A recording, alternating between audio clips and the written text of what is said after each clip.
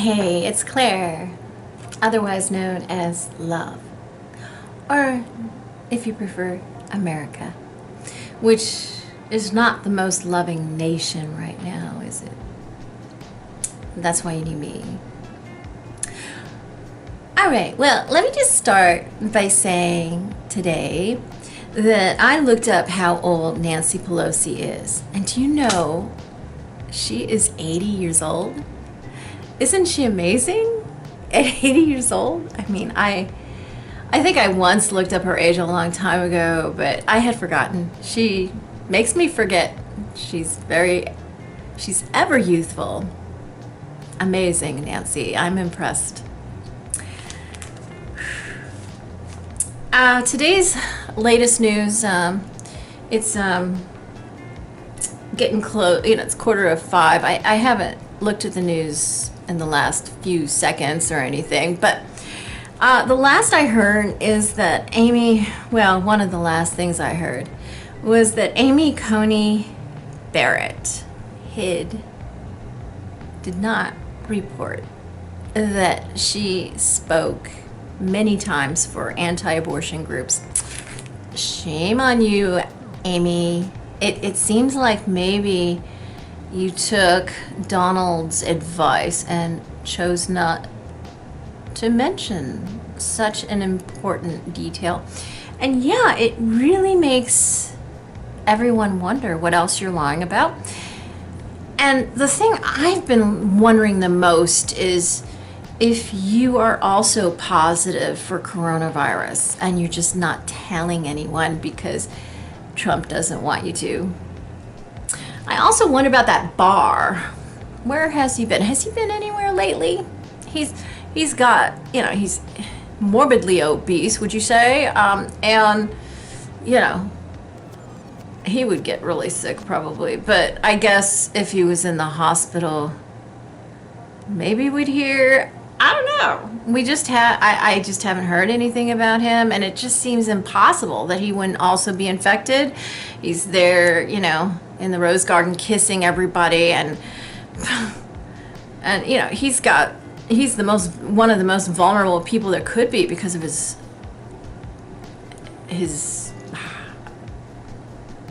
extreme obesity and age. Isn't he really old too? He's pretty old too. And I know him. And that's why I okayed him. He wanted to appeal to me when he was up for nomination, and I said, yeah, okay. William Barr is okay, and mission accomplished. I think he's a double agent. All right, well, what else do I want to say? Oh, this is something else I want to say. CNN's Abby Phillips said something very profound, and I don't know the exact words. I can only put it in my words, but I feel like I can't do it justice what she said, but let me try. She said that, all these violent extremist organizations, and, it doesn't matter what side they're on, what politics they choose to associate with. How Trump always likes to point out Antifa, and he stresses Antifa. It doesn't matter, because those extreme groups are really not affiliated with any party. They're extremist groups, and that was her point. Like, it really, they shouldn't be affiliated with any particular political party because they're not supposed to be. I know Trump is trying to affiliate the white supremacists with his movement, and we'll see how that turns out. But yeah, Abby was saying how they should never be politicized, and it's really true. They don't belong in that department. They're not a political group. They are a violent extremist. They should be put in the box of violent extremist group, domestic terrorist group. That's the box they belong in. They don't belong on the left or the right or the right or the left. You know, like Trump is always trying to place them. They're all in the same box, whether, you know, you're a white supremacist or you're an Antifa activist or whatever. I don't know what they call themselves. You know, you belong in the same box.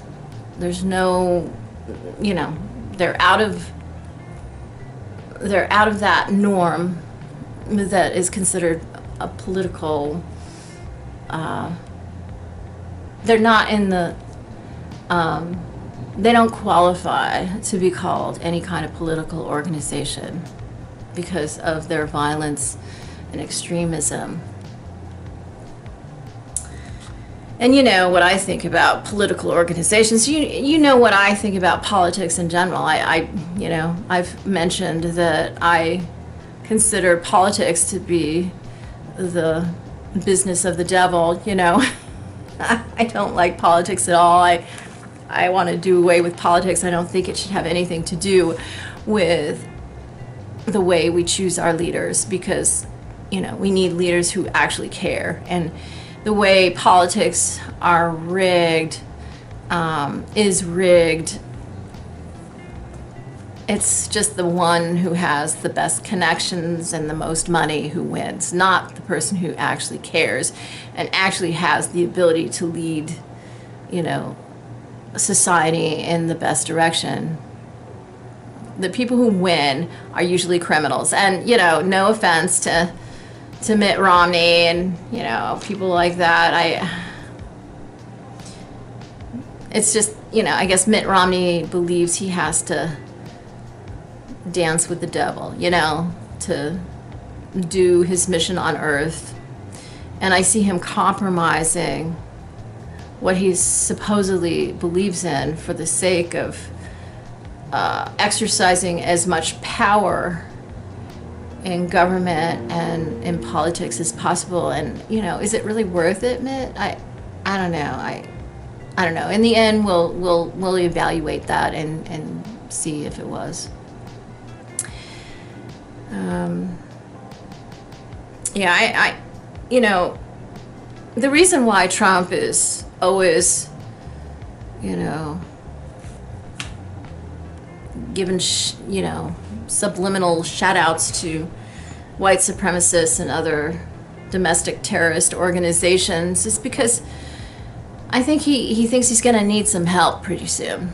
You know, I know he's done it all along, and in the back of his mind has always been the concern that he was going to lose power, that he was going to be exposed and it'll be revealed to society who he really is. And so he's always kept those white supremacists and domestic terrorists in his back pocket. And yeah, right about now is when he thinks that he needs to really activate them, at least put them on standby, as he said, to, what was it, not the Beastie Boys, the somebody boys, who was that? I don't know, there was some group, that white supremacist group. Well, I don't know, supposedly they have some diversity in their membership, and somebody boys, I'm forgetting the name, but yeah, Beastie Boys was the first name that came to mind when I was thinking of them. Yeah, I'm sure they wanted their name to be as warm as possible, right? So people wouldn't really know who they are, right? Well, anyway, you know, the point is that, and Trump is always talking about coups. You notice that? Because he took over, he hijacked my government. He's, like I said, you know, I've said in previous videos, I'll put the video up here that explains it. It's, you know, he's my genetic brother, and I didn't grow up with him. He didn't grow up in my family, but for some reason, because he's older than me and he's a man, it's a female lineage. Let me be clear here. I am Queen Claire Elizabeth, okay? My mother, didn't have any title per se. She was kind of undercover, and, she was from a place called Vega. She's my genetic mother. I grew up with her as my maternal grandmother. And she wasn't born here on Earth, okay? She was born from, in a civilization called Vega. It's not the star we refer to as Vega.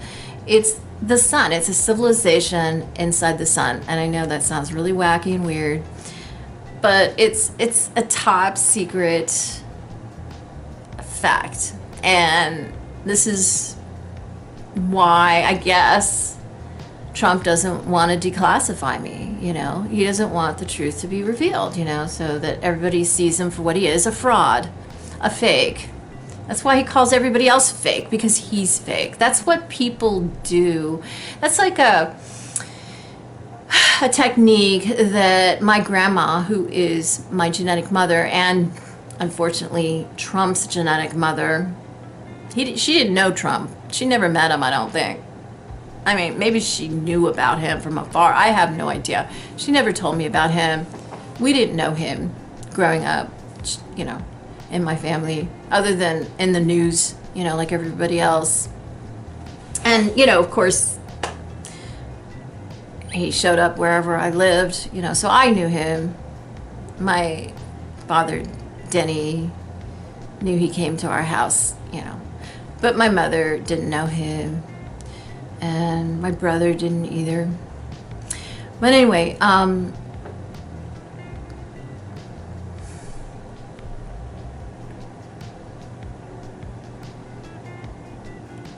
Margaret, my grandmother, didn't have a title. She actually pioneered a lot of the techniques that are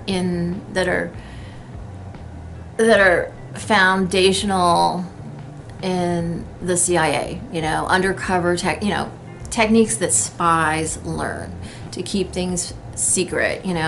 My grandmother was a genius, of course, and she was the one that pioneered a lot of the diversionary techniques. When you are guilty of something, it's very helpful to accuse somebody of that very same thing that you're guilty of. Like if you're stupid, like Trump is, you accuse other people of being stupid. If you have a low IQ like Trump, you accuse other people of having a low IQ, and then people think you're smart, right? I mean, that's just like human psychology, I think. And my grandmother was really good at that. Like, she had secrets to keep, one of which was Jose Toda as Burt Fields, who showed up at my mother's house in Wellsville, New York, after her father died. My mother, the mother who gave birth to me, was Margaret's adoptive daughter. She was actually genetically her granddaughter. Isn't that interesting? She's my mother, even though she's my grandma, and she's my mother's grandmother, even though my mother grew up with her as her mother. It's really weird. And when my mother, Anne, was, I think she was 13, I think she was 13 when her father died of a severe stomach ulcer. He suffered with it for years and they could never cure it. He had a number of surgeries that never cured it, and he died on the operating table. Some doctor had been seen in a bar the night before, and he botched the surgery, and my grandpa died on the table. And the year was 1952, wasn't it? Yeah, 1952, April 9th, 1952. And simultaneously, he was born in Los Angeles, California. So if any of you know somebody amongst you in Los Angeles, California, who's a Nichiren Buddhist, born on April 9th, 1952, That's my grandpa. I know him very well. I'm not going to state his name right now. Anyone who knows him and knows his birthday knows who I'm talking about. That's my grandpa, reincarnated, of course. He refused to chant in life, refused. And, it was Jose Toda as Bert Fields who recommended that he do the master cleanse. Jose Toda invented the master cleanse. It's basically a concoction of, it's very simple, of lemons,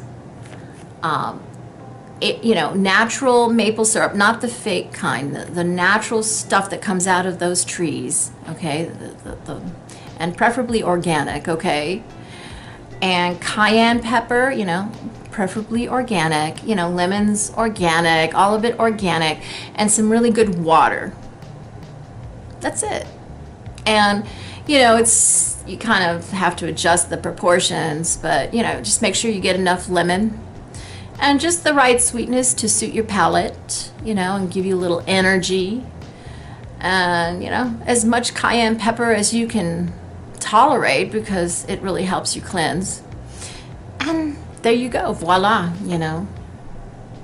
You can lose a lot of weight on the master cleanse. I love it, but it's hard for me not to eat. I've done it up to 3 days, I think.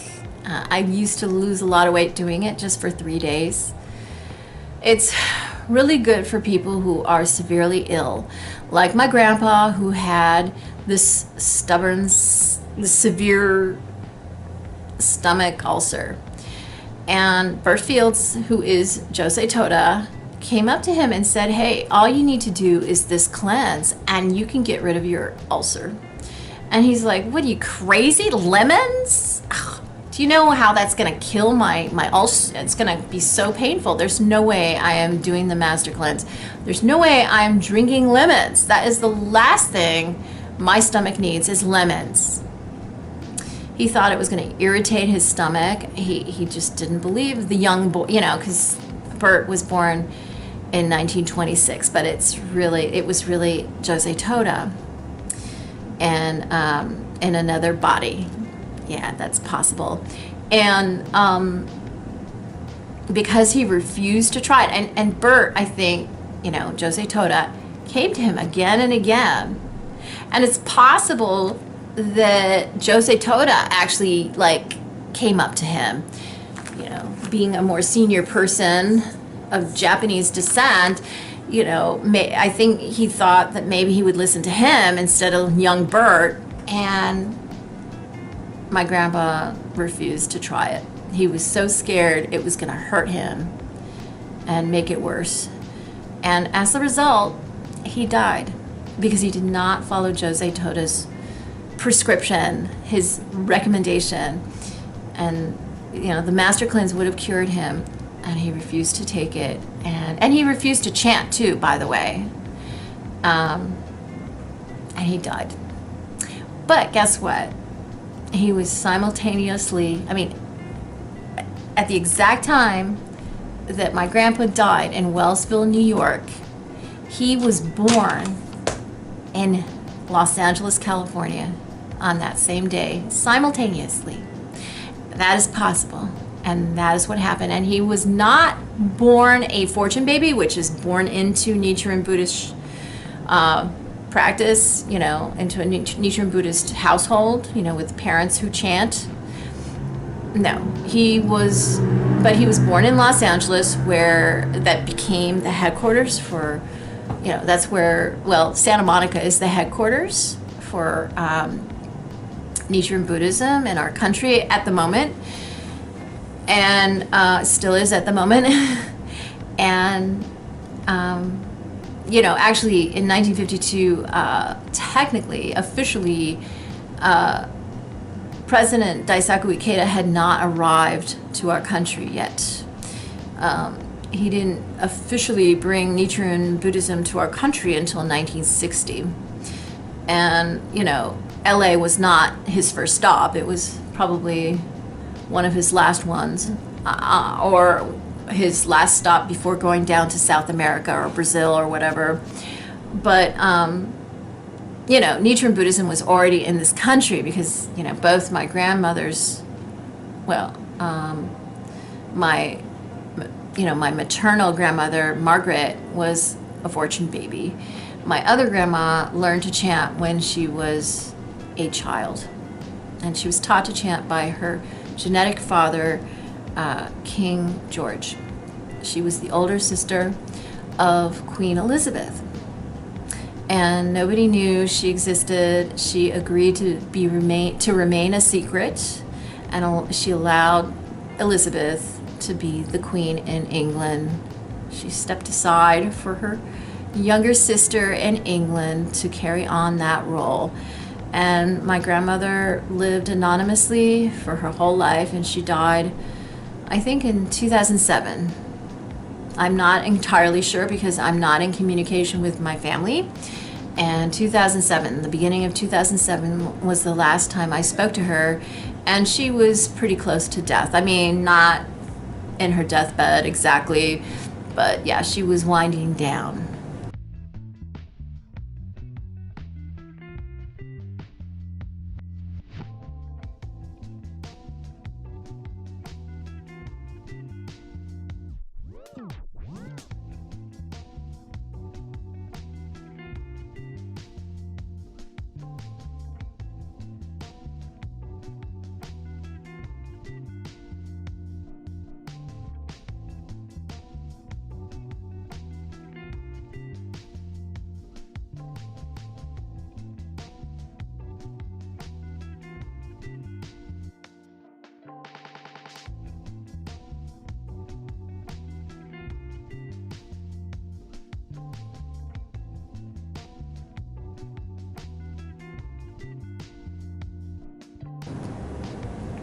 And I told her that it was me who informed her that to not worry, that I had authority over both her and Queen Elizabeth, that it was okay that she was dying because I had authority over both of them. I don't know if she was very happy to hear that somehow, but it kind of let her know, I kind of let her know that it was okay for her to let go. And because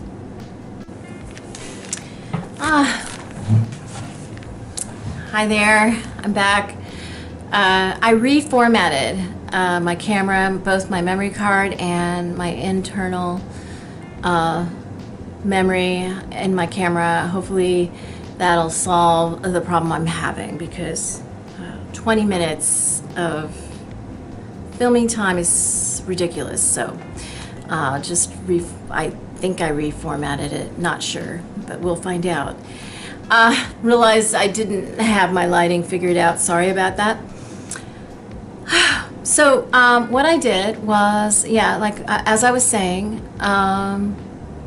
spoke with my grandmother. I don't know, when she died after that, but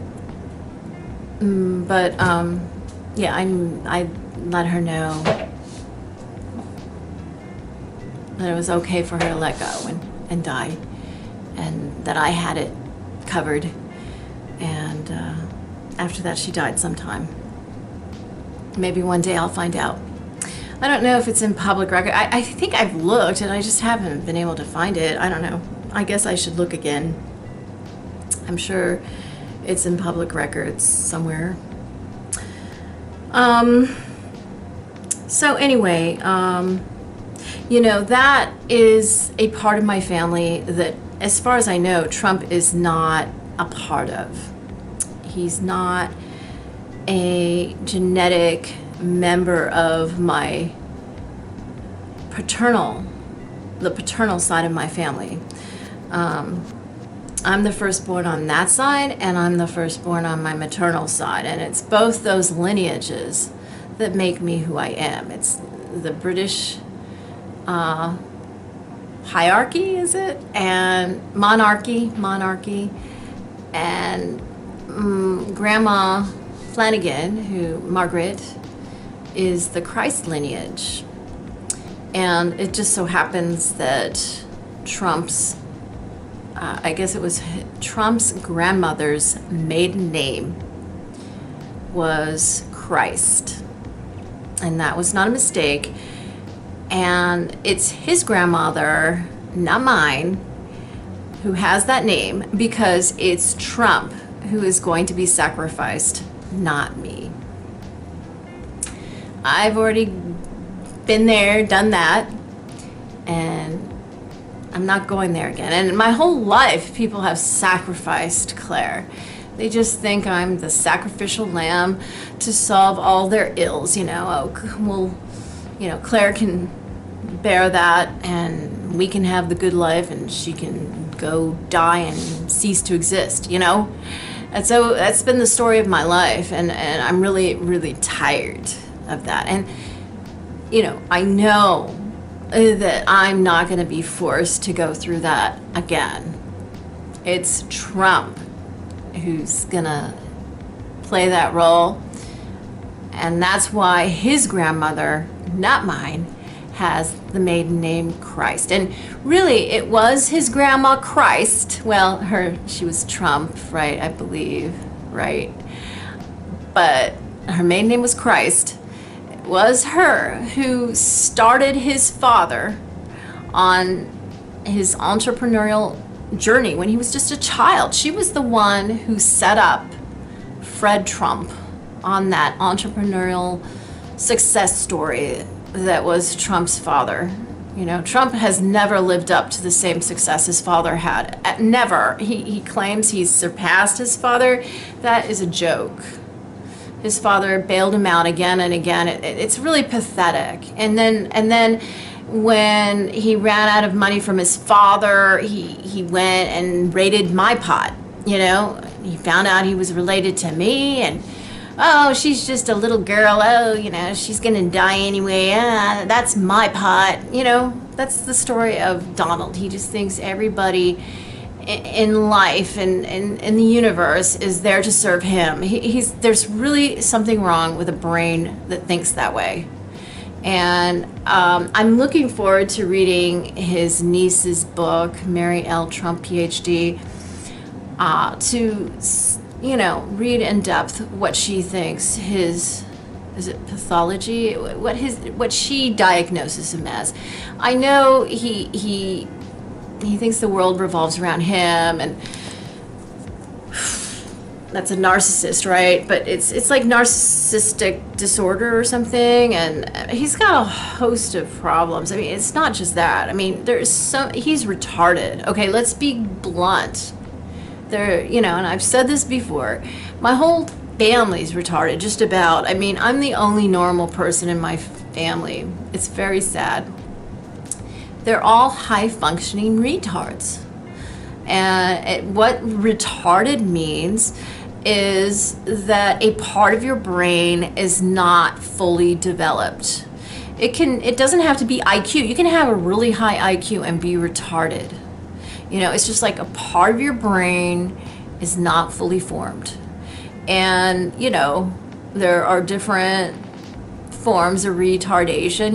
Like my mother, she has half a brain. I heard she was born with half a brain. So her brain had to overcompensate for the half that was missing. And yeah, she's very smart, advanced, even you could say on a certain level, a genius in some respects. But she's missing so much of her brain, and the part of her brain that's been omitted for sure is her heart. The part of her brain that is her heart. She lacks that one. And whatever heart she had, she obliterated it with her drug and alcohol use. So, it's gone. It's non-existent at this point. I think she might have had the remnants of a heart at some point, maybe in childhood, but she obliterated it a long time ago. It's very sad. And Trump, he's never done alcohol or drugs, and boy, if he had, he might have become a disabled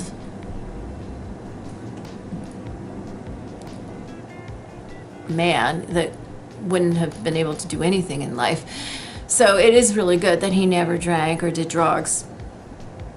Because he's hanging on by a very thin thread, wouldn't you say? It would take much to wipe that thread away and, yeah. Perhaps it would be doing a great service to cut that thread, Honestly, he's done a lot of damage, hasn't he? The world's most dangerous man, that's really true in so many ways. And he's just hanging there, up there by a very thin thread,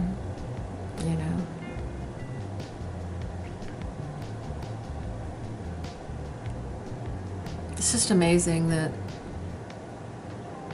this has happened. It really is. But I have faith, and I know it happened for my benefit. I know, he's my stand-in, and I know the plan was for Donald to stand in for me, so you would see what, there would be a contrast, a severe contrast, because I am not like any politician. I am not a conventional person, never have been, never will be, because I can't do it that way, okay? Because of the life that I've led, and because I'm too smart to be conventional. I'm too smart. I'm too advanced, okay? And I don't mean that to be egotistical. I don't say that to brag or anything like that. I'm just explaining why I can't fit into all the nice little shapes that society makes for us. I don't belong in any of those little cubby holes. I can't fit. I mean, not only because it has nothing to do with being overweight or anything like that. I don't mean that literally. I mean it figuratively. I can't conform to the shapes the pre-designed shapes, the template that society gives everybody or expect. I don't. And I've had to kind of do things my own way, create my own template, whatever you want to say, because I haven't been able to fit into any of the conventional patterns that is our society. And that's, because I'm so vastly different from everybody else, okay? Because of my vast aptitude, not because there's something wrong with me like my mother always thought, because she's so limited in her thinking, because she has half a brain, and yeah, her brain overcompensated for a lot of what it was missing, but yeah, there's that, the other area that's very underdeveloped in her brain is that independent spirit, that maybe it's creativity. I don't know. She would always talk about how she wasn't good at drawing, or, she had a nice voice, but, and she was a musician, and she was first cellist in the New York Symphony, and, I mean, I don't know, the cello, she picked the easiest instrument because Daddy told her that it was the easiest instrument, and I don't know, I don't know that she's a really good cellist. She just puts on a good act, and she learned how to play it.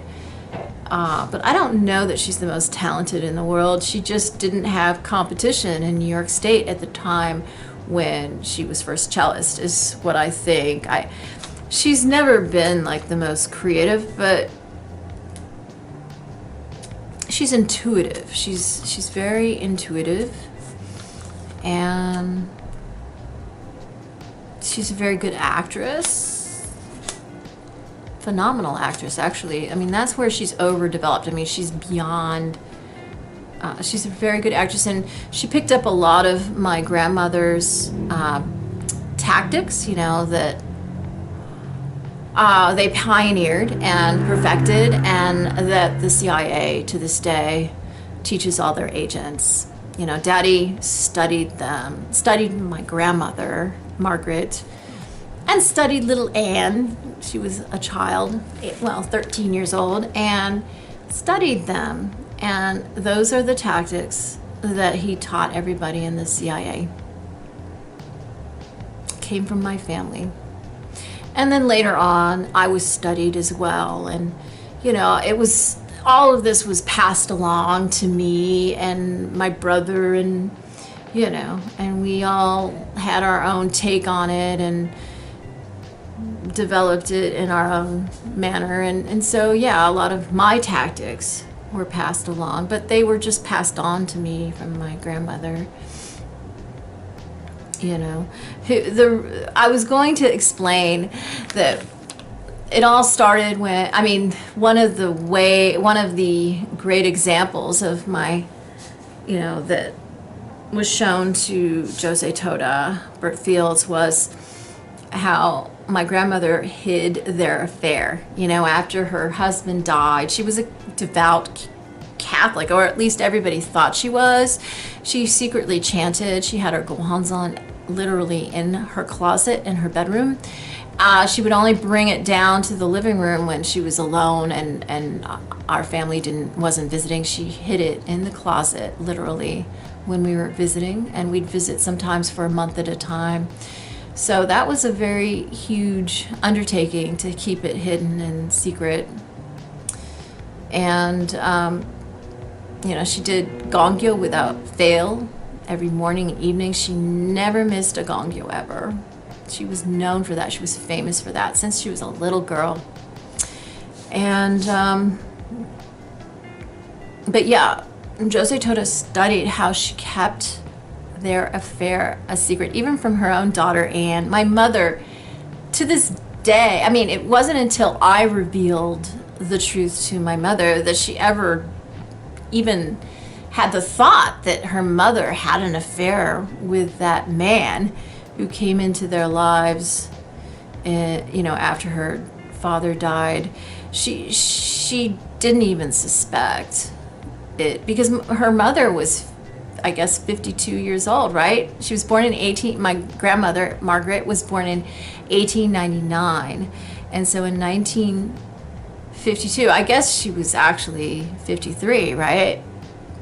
Because she was born the same day. My mother and her have the same exact birthday, February 17th. And yeah, so that's pretty early in the year. Her husband died on April 9th, so she would have been 53. And little Burt Fields was like 26. He was born in 1926. So what did that make him in 1952? He was born actually in February also.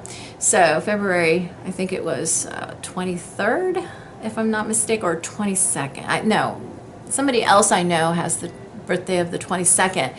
I believe he was born on the 23rd. And the 26th, that would be, 26? Is that right? Yeah, 26 years old. Yeah. They had a red hot love affair. I've written about it many times on Facebook. And it was a secret. And, it had to be a strict secret, according to my grandmother, because, she was the devout Catholic, and nobody in Wellsville, could know, because, that back in 1952, that, devout Catholic women, widows, didn't do anything of the sort, have an affair with a young 26-year-old who came to stay with her and her family after her husband passed away. It was just, that would have been unthinkable for anyone to find out. No one could find out.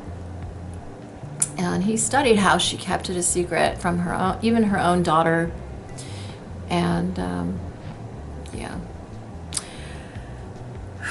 And that's how all you spies and undercover agents, that's where all those techniques were pioneered. That's where they all come from. Hi, Dean.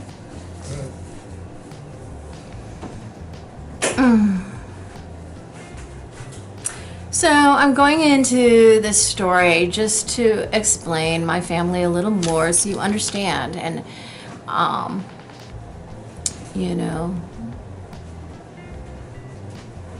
Trump is not queen.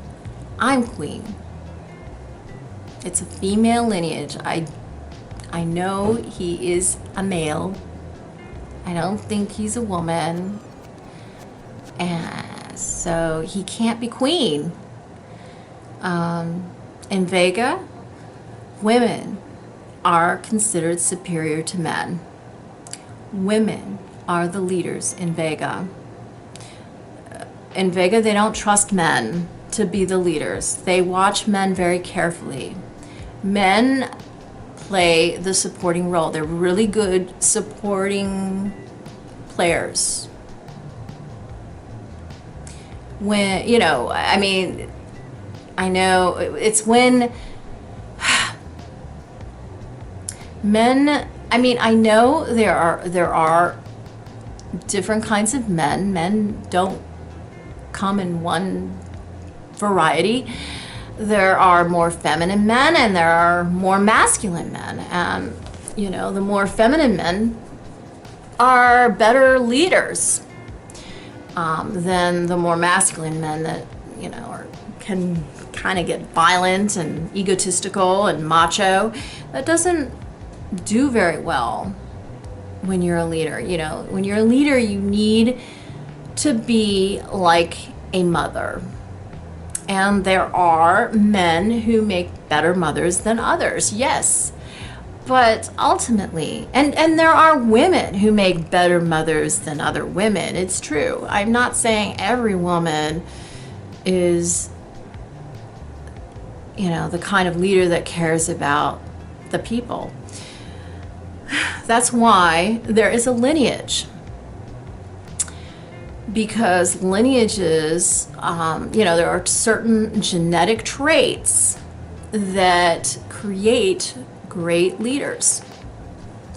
Not, you know, and it's also an IQ. You need to have a vast, broad IQ and with EQ to support it.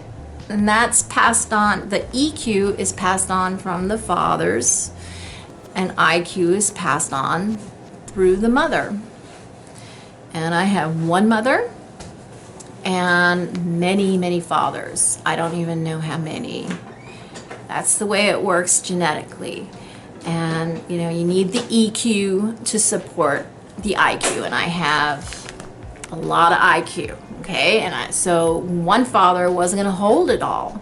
So that's why they collected a lot of fathers. And, you know, me and, you know, me and my identical twin, who is, you know, my identical twin is not normal or healthy.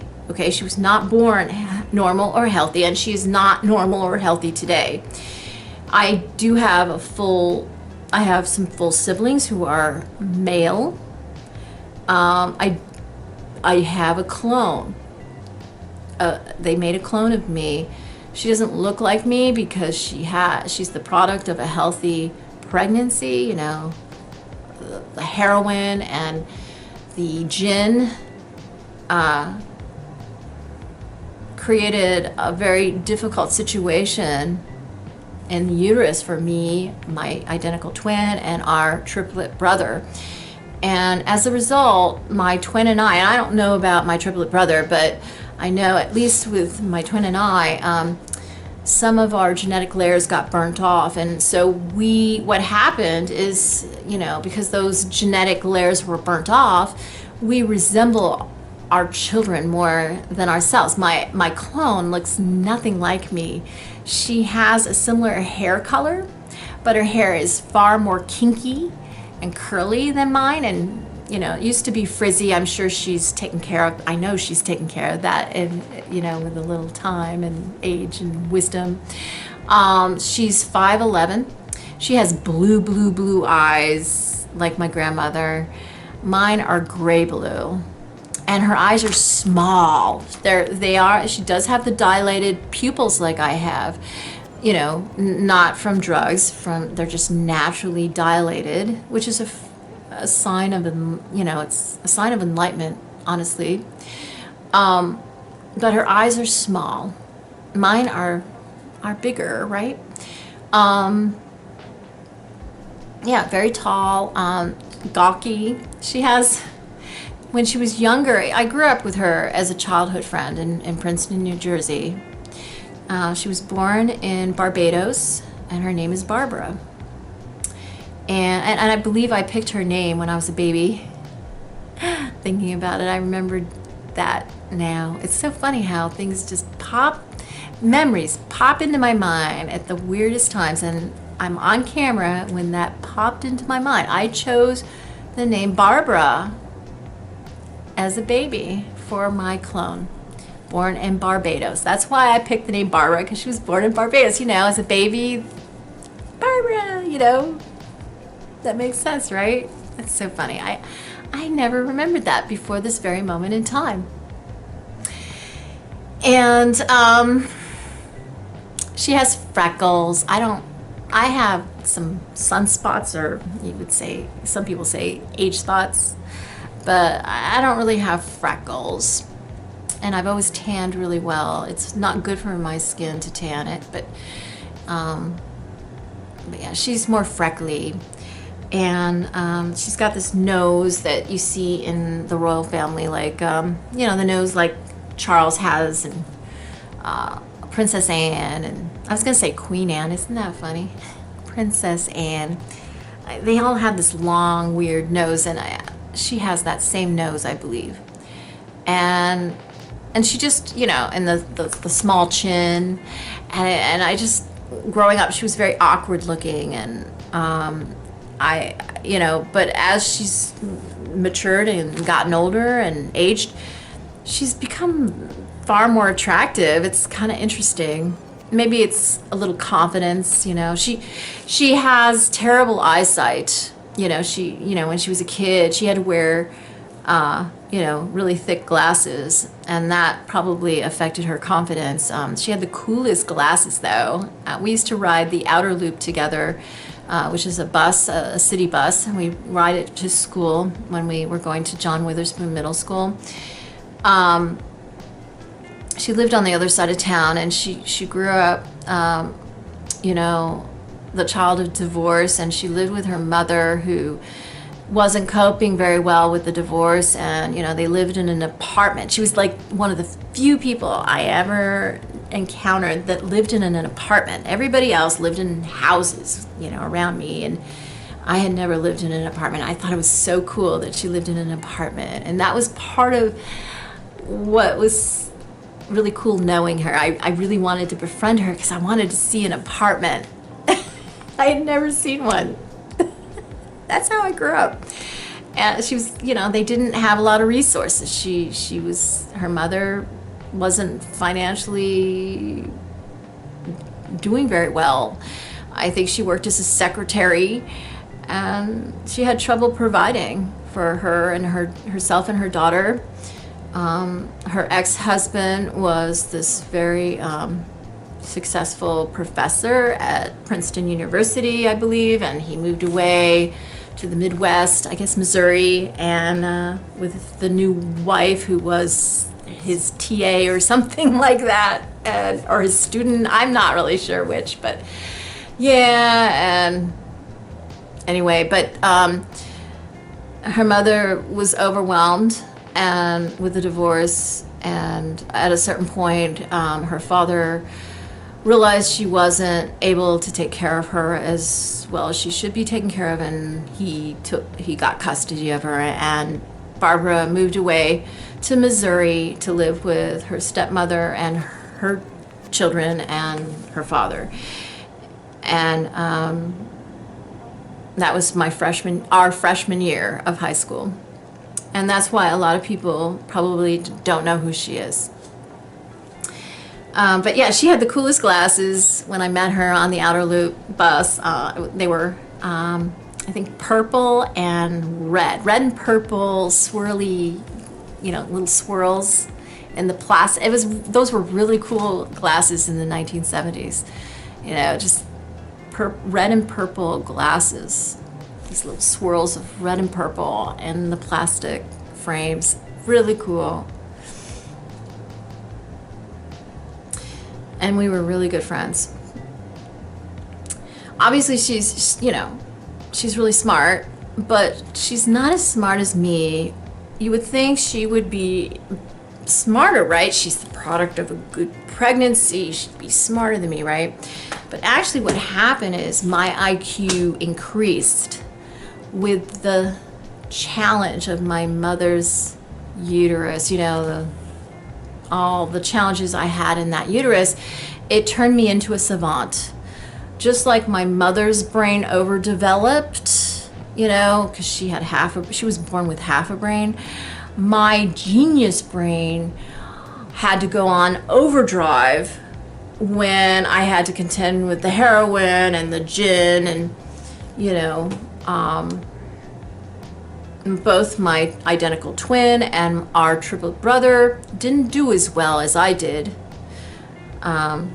They are savants also, but they are disabled like almost all savants. I believe I'm the only known savant who has no disability.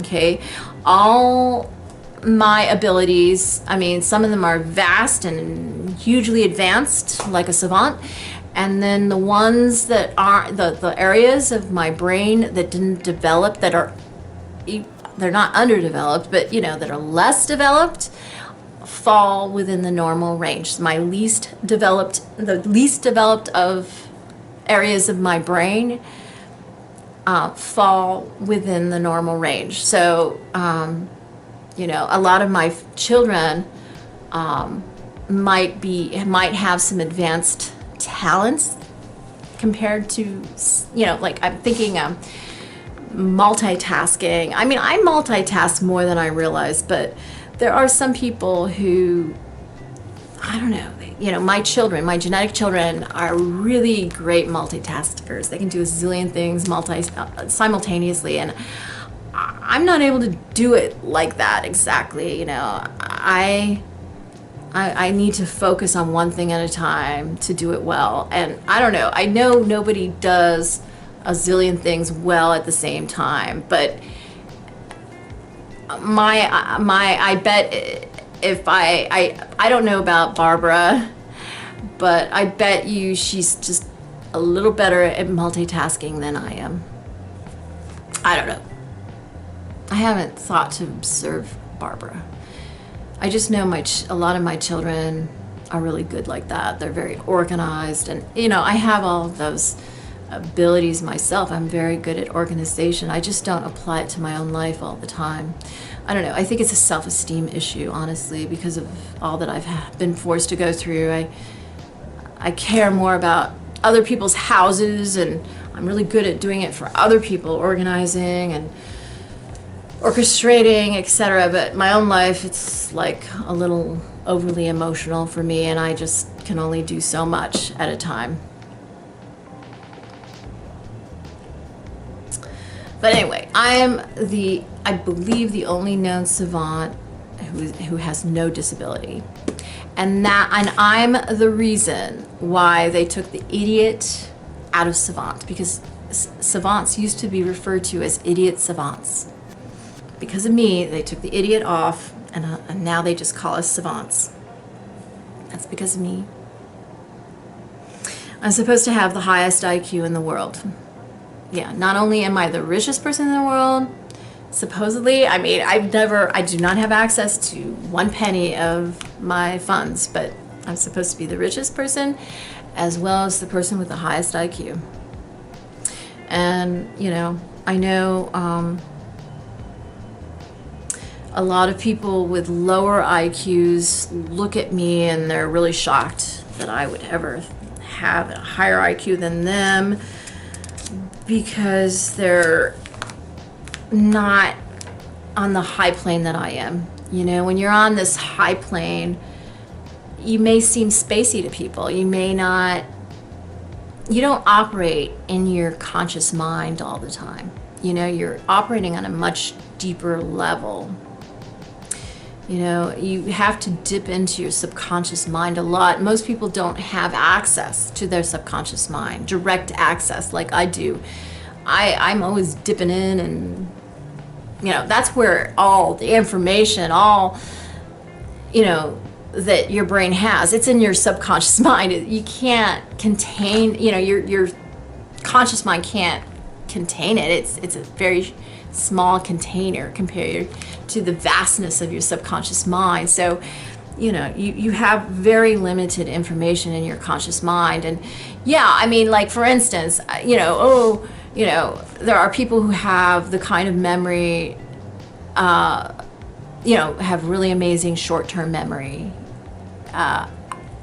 My short-term memory is probably a little above average, but that's not my savant talent. My savant talent is long-term memory, and I guess most savants are known for that. And yeah, I remember 20 years ago or 30 years ago, 40 years, I remember my birth. I remember being born. I remember being in utero. I literally remember that. I didn't always. It took me a long time to retrieve those memories. I remember, you know, being an embryo. I mean, it's amazing. I mean, I know you wouldn't never believe that's a real memory, but I'm serious, I do. I remember being in transition between being Jose Toda and being Claire. And, but I have a hard time remembering what I had for breakfast yesterday. I think a lot of people relate, well, maybe not to remembering their own birth, but relating to not remembering what they had for breakfast yesterday. Like, I could think about it. Let me think. Okay, what did I have for breakfast yesterday? I have to think about it. I might remember. Hold on. Let me think. Yesterday was Wednesday. I was filming very early in the morning, and I believe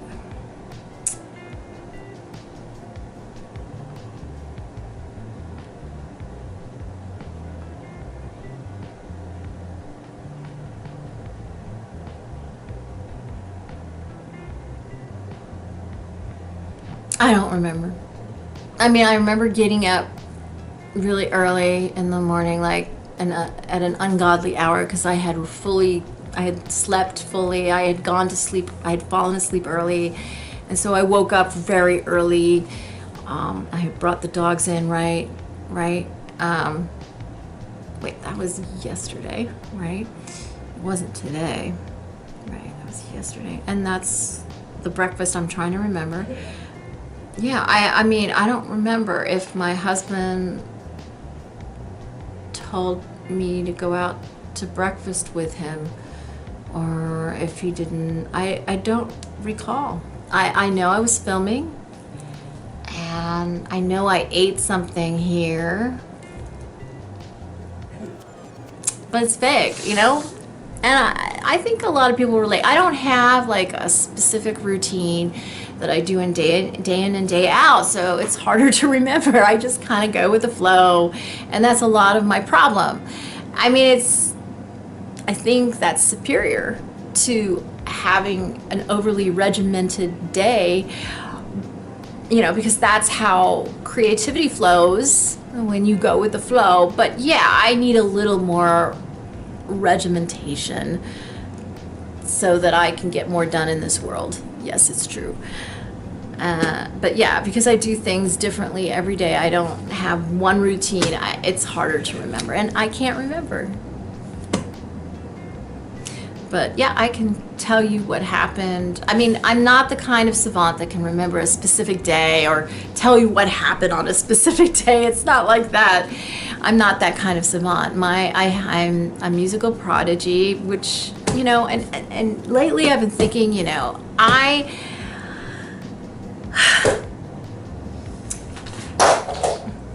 that's interesting. My earphones dropped to the ground. I guess that's a sign from the universe, isn't it? I need to figure out how to create my own instrumentation. That is something I planned on doing when I was a child. I was told that in the future I would be able to create, you know, and I was in the studio all the time, so we did it in the studio, and I was told that I'd be able to do it at home in the future. It'd be very easy at home on a computer, you know, and so I could do this myself, and I wouldn't need any musicians to create my masterpieces. And I'm like, great, I'll do that. And I always plan on doing that. But The problem has always been money for me, but it doesn't cost very much anymore, does it? And it's just an excuse that I wait and I wait. Oh, I can't afford. It's like I've ingrained it in my mind. Oh, I can't afford it. I've always felt deprived, and I'm not exactly deprived at this point. I don't have a whole lot of money, and yeah, I struggle to pay my bills, but I think I could figure it out. It's not that expensive anymore. I don't need to buy all this expensive equipment. I think it's a software. I just need to get a certain software on my computer. I have a cheap computer, and it's getting close to the end of its life, and then I have to buy another computer. I'm always going through laptops. I go online a lot. I use my computer a lot, and I just go through them very fast. I mean, investing in an Apple computer is a luxury to me. And I can't believe how expensive computers are now. They used to be cheaper, and it just seems they're getting more expensive. But yeah, I mean, I could figure it out, and maybe it's time. And maybe I would be happier. Maybe I'm depriving myself and the world of too much. Maybe if I did that for myself. I mean, I'm a frustrated creator. I don't create enough. And if I was creating enough and using all this creativity I harbor, maybe I'd be able to break out of my shell, and it would be therapy is what I'm saying. Like, if you're not doing something that's really, being creative, having a creative outlet is therapeutic. It's important when you're a creative person to create. And if you're not creating, it's kind of like you're hurting yourself, and other parts of your life suffer. And maybe I need to do that to be able to excel in other areas that are waning right now. Does that make sense? And I mean, that's what creative geniuses do, right? Musical prodigies, they create music, right? I don't. and that is my greatest talent. That is what I'm known for. And as a savant, that's my greatest talent. I mean, I have so many talents. That's the thing. I'm not the kind of savant that's just talented at one thing, one little narrow thing. I have so many talents. But the music is my greatest talent. And why aren't I creating it? I know most people wonder. I just put it out of mind because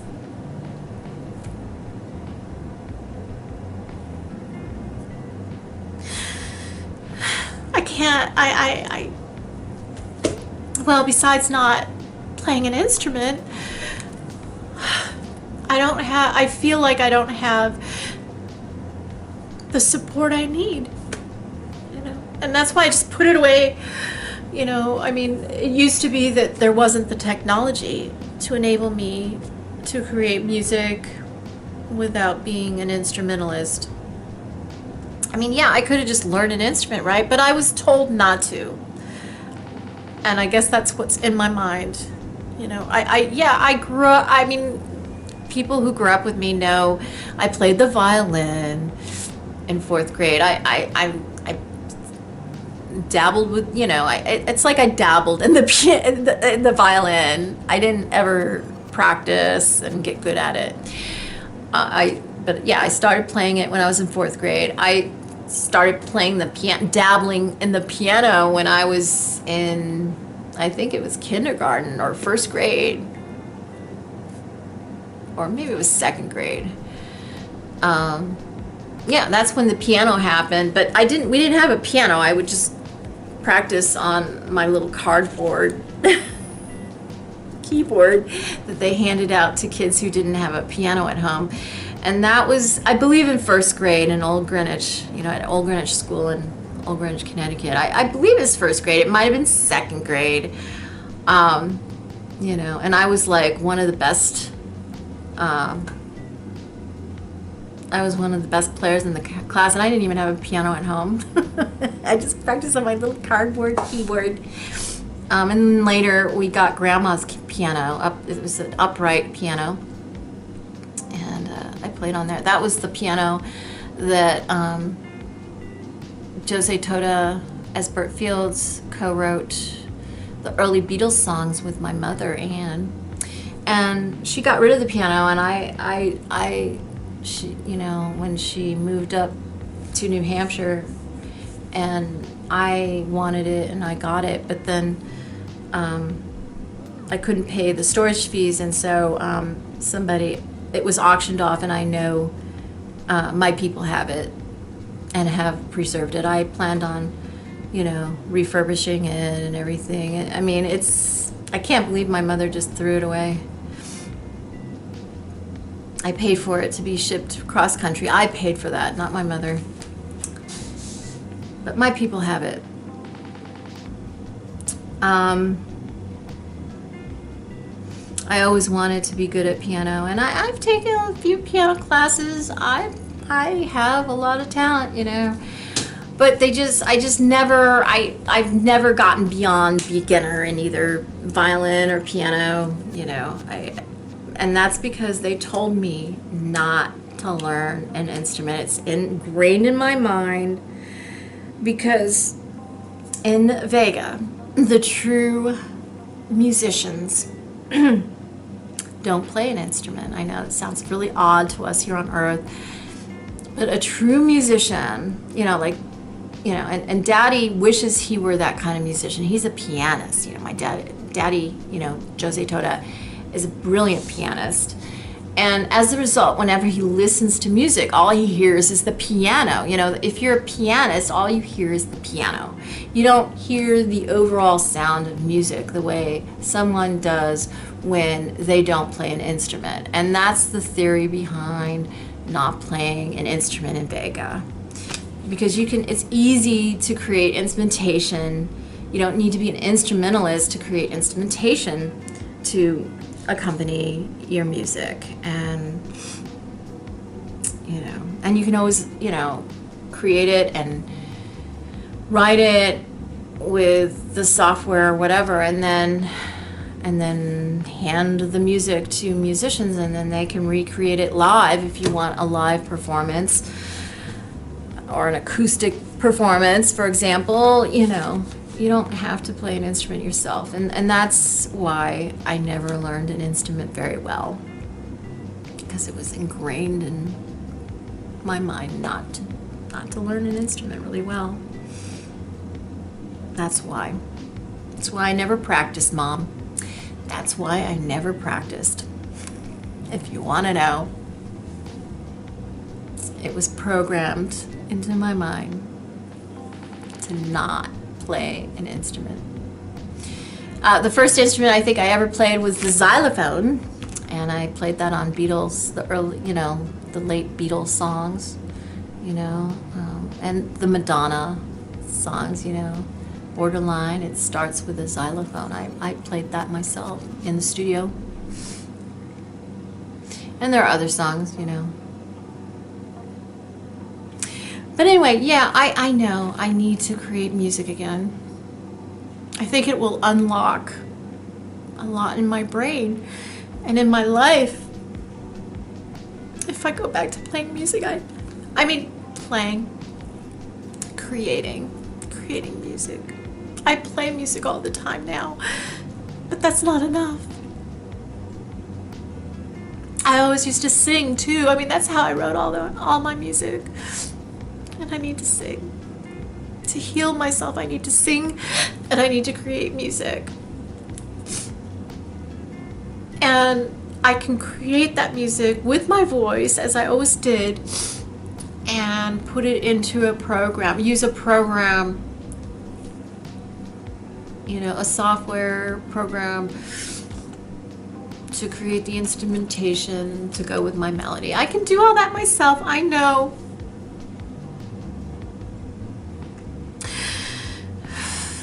I know I'm shut down because I don't create my music. And I have to start doing that again. I just don't have time. I'm too busy surviving. If you want me to be all that I can be, I think you need to give me, a little more support than what you're giving me. I don't know where my support is. I don't know when I'm ever going to get any. I'm almost 55 now, and I don't know, maybe this is the birthday I earn the support I always deserved, or should have had a long time ago. I really don't know. I really can't believe that my grandma Flanagan, my genetic mother, wanted me to wait until I was 55 years old to receive this money that has always been mine. It was never hers. It's always been mine. She knew it was mine, and she was merely holding on to it until I grew up. And she told me she wanted me to wait longer, and she told me the age she wanted me to wait till, and I couldn't believe it. I thought she was crazy to want me to wait until I was an old person before claiming the money. I was so traumatized by the age she told me that I don't even remember what it was. I used to think it was 40. I used to think it was 35. 35. I didn't even remember anything yet. It was around 40-ish that started, things started to emerge, and I kept thinking it was 40, and then it was 45, 50, I can't believe it was 55. And I really hope it was 55 because, my 55th birthday is about to happen. I really don't want it to be like every other birthday that's gone by with nothing happening.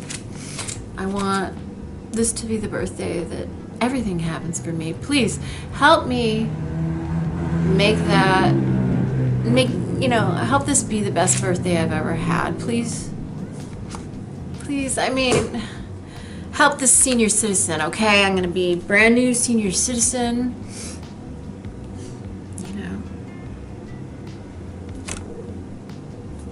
I've earned it. I earned it a long time ago.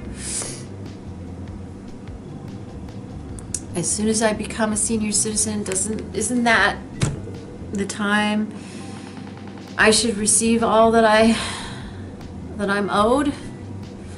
That's mine, isn't it? I really hope so. Well, it looks like reformatting my internal memory worked, because I've been recording for more than 20 minutes so far, right? So I guess I solved the problem. Well, I guess that's all that I want to say. Trump, just to recap, Trump is the coup. He talks about other people being a coup. Oh, they're a coup. He's the coup. He hijacked my government. He knows he is illegally in office, and that's why he's panicking right now, because he knows the public does not support him being in office any longer. Not that they ever really did, because Hillary won the popular vote, may I remind you. But he knows he does not have any support at this point. So he's turning to his white supremacists and all his domestic terrorists to create an uprising,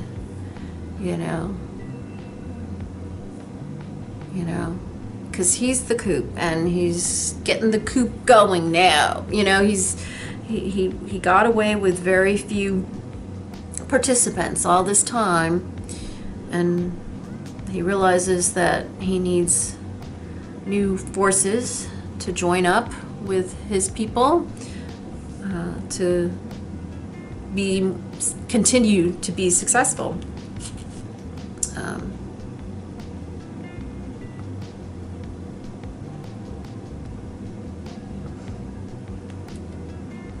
I guess he thinks that with all of their support, he can force our nation to keep him illegally in my office of government, I guess. And, the Republicans I just want you Republicans to know you're joining forces with domestic terrorists.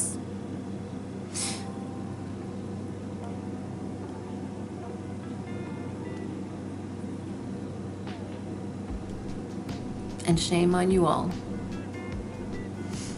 Have a great day, and don't forget to give me a thumbs up, comment below, subscribe if you haven't already, and if you have any part in making my birthday a happy one, please do what you can. Thank you. Have a good one. And I expect the FBI and the Secret Service to protect me. So, I was kidnapped as a baby. So, if the world finds out who I am, I expect you to show up to my door before any domestic terrorists do.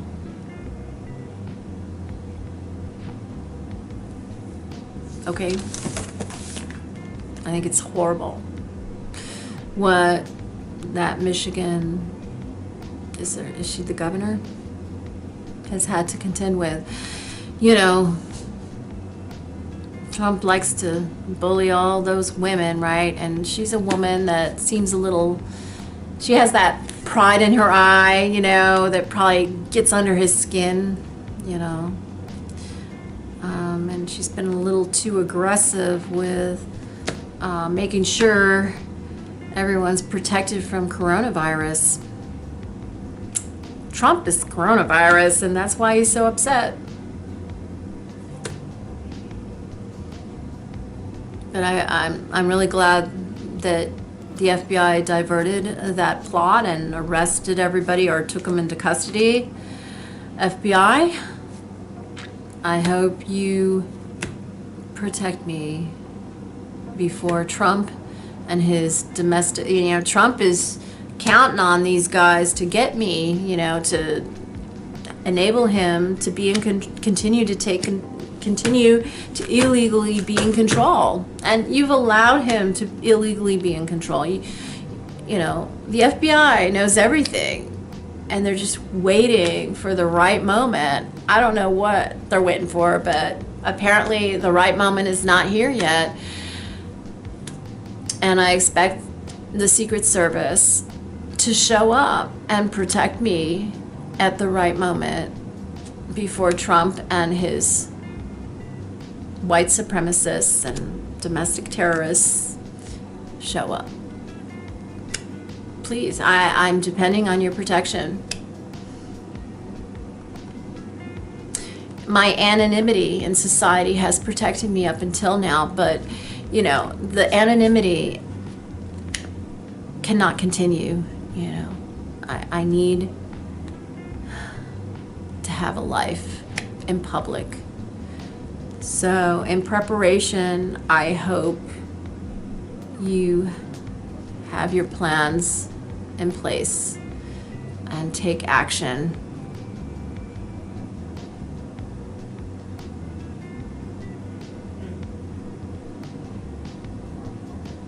Before